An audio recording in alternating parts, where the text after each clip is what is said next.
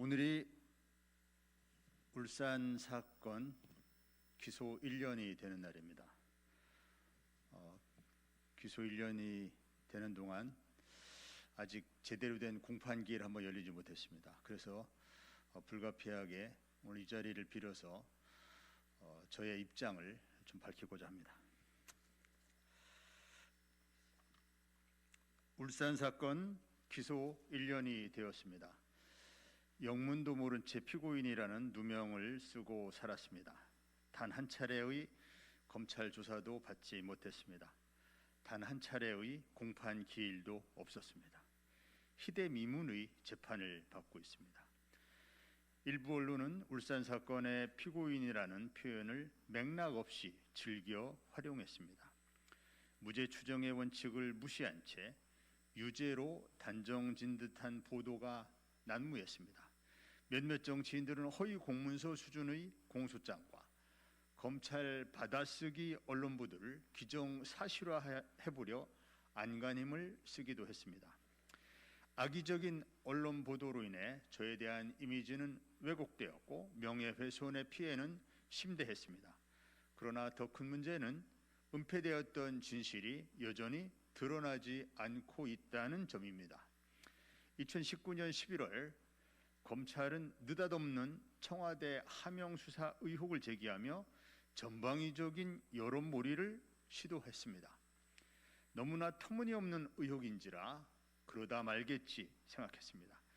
35년 봉직했던 경찰을 명예롭게 퇴직하고자 하는 명예퇴직의 꿈조차 검찰에 의해 산산조각날이라고는 미처 예상하지 못했습니다. 명예퇴직이 무산된 이후에도 검찰이 설마 없는 죄를 만들 수는 없으리라는 판단으로 신속히 수사가 종결되기만을 기다렸습니다. 순진하게도 검찰이 가진 오해가 해소될 것이고 무혐의가 밝혀질 것이리라 믿었습니다. 그러나 검찰은 대면 조사는커녕 서면 조사 한 번 없이 무엇에 쫓기듯 기소를 강행했습니다. 이후 정상적인 사직서 수리조차 되지 못하는 피고인 신분이 되어 퇴임식도 갖지 못한 채 제 인생의 전부였던 경찰을 떠나야 했습니다. 국가기관인 검찰이 이토록 잔인하게 무고한 개인의 삶을 짓밟을 수 있다는 사실에 참담한 심경을 금할 수 없었습니다. 어느 날 갑자기 피고인이 되었다는 사실이 지금도 믿기지 않습니다.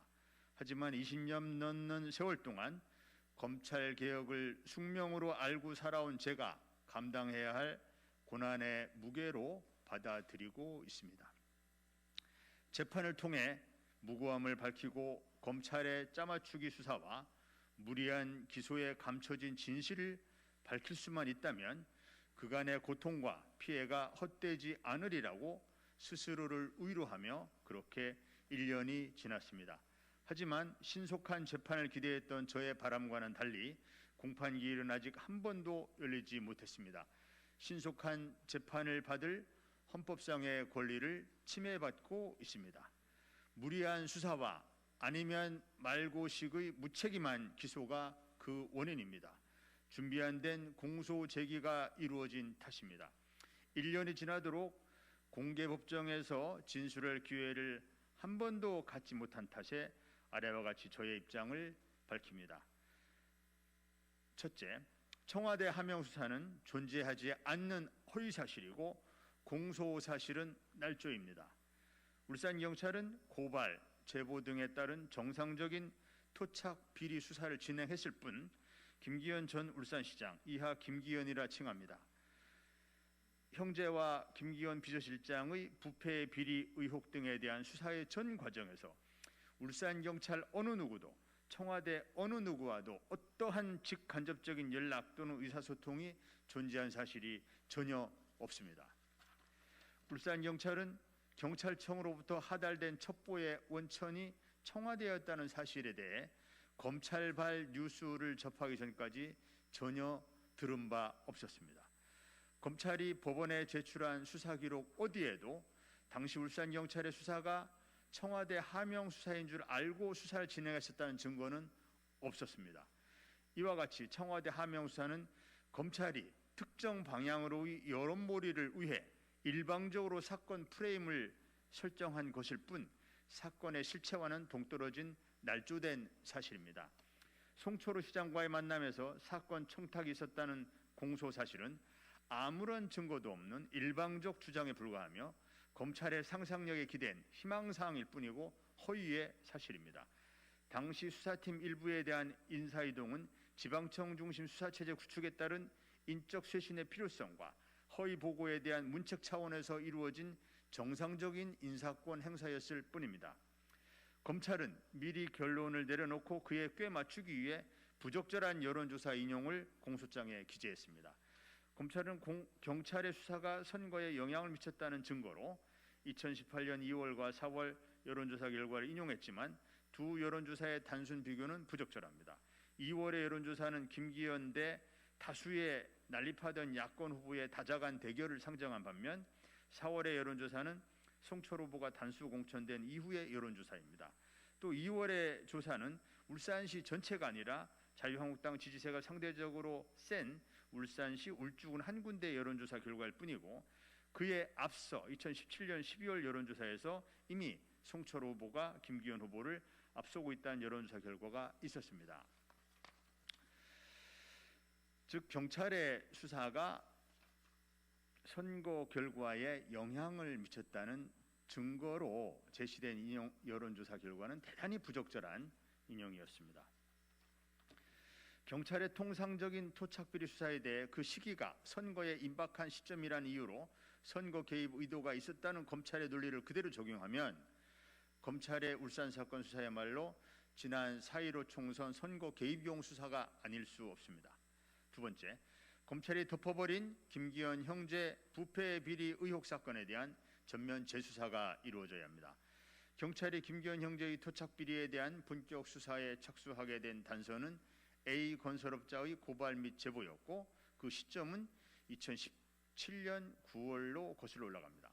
고발인은 아파트 시행 사업권을 되찾게 해주는 대가로 김기현의 동생에게 30억을 제공하기로 한 용역 계약서를 체결하였지만 이후 사업권은 A건설업자와 경쟁 관계에 있으면서 김기현의 형이 이를 봐주고 있던 곳으로 알려진 B건설업체가 최종적으로 갖게 되었고 30억 용역 계약은 성사되지 못했습니다.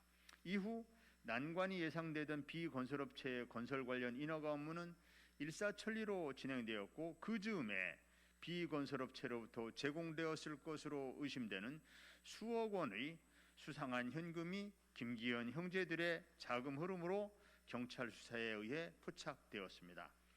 출처 불명의 수억 원에 대한 자금 출처를 조사하기 위해 경찰은 계좌 추적 영장을 발부받고자 하였지만 검찰에 의해 납득할 수 없는 이유로 불청구되었고 이후 수사는 진전되지 못하였습니다. 검찰의 노골적인 수사 방해는 직권남용과 직무유기의 범죄를 구성할 개연성이 매우 높습니다. 이로 인해 김기현 형제의 부패비리 의혹 사건의 진실은 덮여버렸습니다. 이 사건에 대해 김기현 당시 울산시장은 책임에서 결코 자유로울 수 없습니다. 건설업자의 금품 제공이 있었다면 최종 수혜자는 고난이 있는 김기현 당시 울산시장이라고 보는 것이 합리적인 추론이기 때문입니다. 김기현 형제 비리 의혹 사건의 공소시효는 얼마 남지 않았습니다. 공수처가 나서서 이 사건의 진실을 신속히 밝혀야 합니다. 김기현 당시 시장 또는 당시 담당 검사의 직무상 범죄가 있었는지 여부에 대하여 철저한 수사가 이루어지길 바랍니다. 검찰이 수차례 덮었던 김학의 사건의 진실도 끝내는 밝혀졌습니다. 이처럼 이 사건도 머지않아 진실이 드러날 것입니다. 세 번째, 울산 사건의 뿌리인 고래고기 사건은 공수처가 진실을 밝혀야 합니다. 2016년 경찰의 불법 포획 증거물로 압수된 고래고기 27톤 중 21톤, 시가 30억 상당가량이 검찰에 의해 불법 유통업자에게 환부되는 사건이 있었습니다. 이에 대해 해양환경단체인 핫핑크 돌핀스가 울산경찰청에 고발장을 제출하였고 경찰은 수사에 착수하였습니다. 경찰은 검사 출신 변호사의 전관예우 의혹을 포함한 담당 검사의 직권남용 의혹 등에 대한 범죄 정황을 확보했지만 검찰의 영장 불청구 또는 담당 검사의 해외 연수 등 검찰의 비협조로 실질적인 수사의 진전을 보지 못했습니다. 경찰의 현직 검사 비리 수사에 앙앙블락하던 검찰은 경찰에 안가품할 기회를 노리고 있었고, 그때 마침 경찰의 토착비리 수사에 대해 자유한국당이 정치적 목적으로 고발장을 제출하게 됩니다. 이를 기화로 경찰에 대한 보복 수사를 감행한 것이 울산 사건의 출발점이었습니다.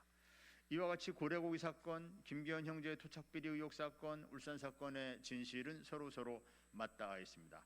최근 핫핑크 돌핀스가 고래고기 사건을 공수처에 수사 의뢰하겠다는 계획을 밝힌 바 있습니다. 공수처 수사 대상 1호 사건으로 가장 적합하다는 정치인의 주장도 있었습니다. 부디 공수처에서 신속하게 고래고기 사건의 실체적 진실을 명명백백하게 밝혀주길 기대합니다. 한편 울산 사건 관련 기소 1년이 지나도록 아직도 수사 중이라며 피의자 신분을 못 벗어나는 억울한 공직자들이 있는 것으로 알고 있습니다. 수사권이 남용되는 것은 아닌지 몹시 우려스럽습니다. 국가형벌권은 과잉 행사되어서는 안 됩니다. 수사권을 행사함에 있어서는 그 목적 달성에 필요한 최소한에 그쳐야 한다는 수사 비례의 원칙이 준수되어야 합니다. 검찰의 성찰을 촉구합니다.